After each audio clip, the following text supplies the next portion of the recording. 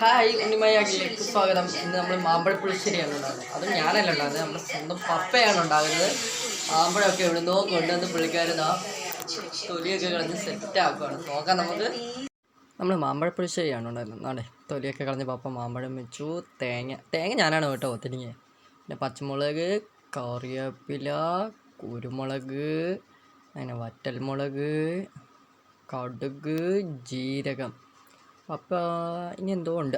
ശർക്കര ആയിരുന്നു ഇപ്പോഴാണ് വെച്ചത്. ശർക്കര കണ്ടത്. ഇത് ഇത്രയാണ് നമ്മൾ മാമ്പഴപ്പുളിശ്ശേരിക്ക് പപ്പ റെഡിയാകുക. തേങ്ങയിട്ട്, മുളകിട്ട്, കുരുമുളകിട്ട് അങ്ങോട്ട് മിക്സിക്കകത്ത് കൊണ്ട് അടിക്കണം ഇതിട്ട്. അപ്പോൾ അതിന് വേണ്ടിയാണ് പപ്പ ഇതിലോട്ടെല്ലാം പറക്കി ഇടുക. തേങ്ങ എല്ലാം മാരി ഇടുന്നുണ്ട് കേട്ടോ. അങ്ങനെ ജാറിൻ്റെ അകത്തോട്ട് വെച്ച് ആ തേങ്ങ ഇരുന്ന പാത്രത്തിൽ നിന്ന് ഇച്ചിരി വെള്ളവും എടുത്ത് അതിൻ്റെ അകത്തോട്ട് ഒഴിച്ച് അതടിക്കാൻ വെച്ചു. അത് കഴിഞ്ഞ് ചട്ടി ചൂടാക്കാൻ വെച്ച് ആ തൊലി കളഞ്ഞ് വെച്ചിരുന്ന മാമ്പഴം എല്ലാം കൂടെ ചട്ടിക്കകത്ത് എടുത്ത് ഞെവിടി പുളുത്തി ഓരോന്ന് ചെയ്യുന്ന കണ്ടോ. ഉടയ്ക്കാൻ പറഞ്ഞപ്പോൾ ഞെവിടി പുളുത്തി ഓരോന്നിന് ആ ചട്ടിക്കകത്തിട്ട് അങ്ങനെ ചെയ്യുവാണ്. അത് കഴിഞ്ഞ് അതിലോട്ട് കുറച്ച് ഉപ്പ് വാരി അങ്ങിട്ട് തീ കുറച്ച് വെച്ചിട്ട് ഉപ്പ് വാരി ഇടുന്നുണ്ട്. ദൈവത്തിന് അറിയാം, കൂട്ടുമ്പോൾ അറിയാം. അത് കഴിഞ്ഞ് മഞ്ഞപ്പൊടി ഷൂ എന്ന് പറഞ്ഞാണ് ഇട്ടത്. മഞ്ഞപ്പൊടി. അത് കഴിഞ്ഞ് എന്തോ ഇത് മുളക് പൊടി എൻ്റെ അമ്മ തന്തപ്പൊടി കാണിക്കുന്നുണ്ട്. മുളക് പൊടി വാരി ഇടുന്നു. എനിക്കറിയാം വയ്യ ഗൈസ്. മുളക് പൊടി ഇട്ട് എന്തായാലും അത് കഴിഞ്ഞ് എന്തൊക്കെയോ ചെയ്യുന്നു. വെള്ളം എടുക്കുകയാണ്. ഞാൻ കറിവേപ്പില ആ സമയം കൊണ്ട് കറിവേപ്പിലയും മാറിയിട്ട് ഗൈസ്. എന്നിട്ട് വെള്ളം ഒഴിക്കണം. നമ്മൾ വെള്ളം ഒഴിച്ച് ഇളക്കുക. അപ്പോൾ ഇച്ചിരി പിശുക്കാതെ വെള്ളം ഒഴിക്കുക. അങ്ങനെ വെള്ളം ഒഴിക്കുക. വെള്ളം ഒഴിച്ച് ഗൈസ് അപ്പോഴേ ഞാൻ പറഞ്ഞു മുളക് പൊടി കൂടിപ്പോയിന്ന് ഗൈസ്. എന്നാലും കുഴപ്പമില്ല, വെള്ളം ഒഴിച്ചു.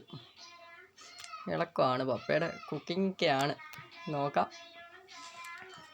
അതിനകത്ത് ശർക്കര ഇട്ട് അത് ഞാൻ ഇച്ചിരി എടുത്ത് തിന്നു കേട്ടോ. നല്ല ടേസ്റ്റ്. ശർക്കരയല്ലേ, ശർക്കര അരിഞ്ഞ് വെച്ച് ശർക്കര ഇട്ട് അങ്ങനെ ഇളക്കാണ്. അത് കഴിഞ്ഞ് തൈര് ഉടയ്ക്കുക. പപ്പ ഇരുന്ന് നമ്മുടെ മാമ്പഴം അങ്ങോട്ട് തിളച്ച് വന്നു. തിളച്ചെന്ന് പപ്പയുടെ സന്തോഷം വേണോ. അത് കഴിഞ്ഞ് മണമൊക്കെ വരുന്നുണ്ട്. അപ്പം അതിലേട്ട് എന്തോ പപ്പയെ തേങ്ങ അടിച്ച് വെച്ച് തേങ്ങയാണ് കേട്ടോ. നമ്മൾ നേരത്തെ അടിച്ചില്ലേ ജാറിൻ്റെ അകത്ത് അടിച്ച തേങ്ങയാണ് അതിൻ്റെ അകത്തോട്ട് അടിച്ചിടുന്നത്. അടിച്ച് ചേർത്തു. കൊള്ളാം. എന്നിട്ടങ്ങോട്ട് ഇളക്കമാണ്. ഫുള്ള് കറിക്കകത്തോട്ടിട്ട് ഇളക്കി. അത് കഴിഞ്ഞ് ഞാനപ്പോഴത്തേക്ക് അവിടെ കടുകൊക്കെ വാരിയിട്ട് എണ്ണയ്ക്കകത്ത് കടുകൊക്കെ വാരിയിട്ട് ടൊക്കോന്ന് പൊട്ടുന്നു. അതിൻ്റെ അകത്തോട്ട് വറ്റൽമുളക് കറിവേപ്പിലയൊക്കെ തട്ടിയിട്ട് കറിവേപ്പില വളരെ കുറഞ്ഞു പോയെന്ന് എനിക്ക് തോന്നി കേട്ടോ. കറിവേപ്പില ഇല്ലാത്ത അപ്പോഴത്തേക്ക് ഞാൻ വാരി അങ്ങോട്ട് ഇട്ടിട്ട് സെറ്റാക്കി അങ്ങോട്ട്. അപ്പോഴത്തേക്ക് ഇവിടെ എല്ലാം ഇങ്ങനെ തിളച്ച് അപ്പോഴത്തേക്ക് തീ ഓഫ് ചെയ്ത് പപ്പ ഉടച്ച് വെച്ചിരുന്ന തൈര് എടുത്തൊഴിച്ച് അതിൻ്റെ അതോട് തൈരെടുത്ത് ഉടച്ചങ്ങ് വെച്ച് ഫുള്ള് ഒരു തുള്ളി പോലും പാത്രത്തിൽ വെക്കുന്നില്ല കേട്ടോ. എല്ലാം എടുത്തിട്ടുണ്ട്. എന്നിട്ട് ഇളക്കുവാണ്. അങ്ങോട്ട് ഇളക്കി സെറ്റാക്കി ഇളക്കി നോക്കാം. കൂട്ടി വരുമ്പോൾ എന്താവോ. കളറൊക്കെ മാറിയെന്നൊക്കെ പറഞ്ഞേ ഞങ്ങൾ കേട്ടോ. പപ്പയുടെ കൈ പൊളിച്ച് എനിക്ക് അടിയും കിട്ടി ഗായ്സ്. കടുക് വറുത്ത് തൊഴിക്കാതെ എടുത്ത് പപ്പയുടെ കൈ പൊളിച്ചു ഗായ്സ്. ഞാൻ ഇട്ടോളാം അത് പറഞ്ഞ് എൻ്റെ ഇത് മേടിച്ച് എൻ്റെ കറിയാണെന്നൊക്കെ പറഞ്ഞു. അങ്ങനെ കടുക് വറുത്തതും കൂടെ ഇട്ട് ഗായ്സ്. അങ്ങനെ നമ്മുടെ കറി മാമ്പഴപ്പുളിശ്ശേരി പപ്പയുടെ ഇത് റെഡി ആയിരിക്കുന്നു. കണ്ടിട്ട് കൊള്ളാം കേട്ടോ. മണമൊക്കെ ഉണ്ട്. കടുക് വറുത്തതിൻ്റെയൊക്കെ നല്ല മണമൊക്കെ വന്നിട്ടുണ്ട്.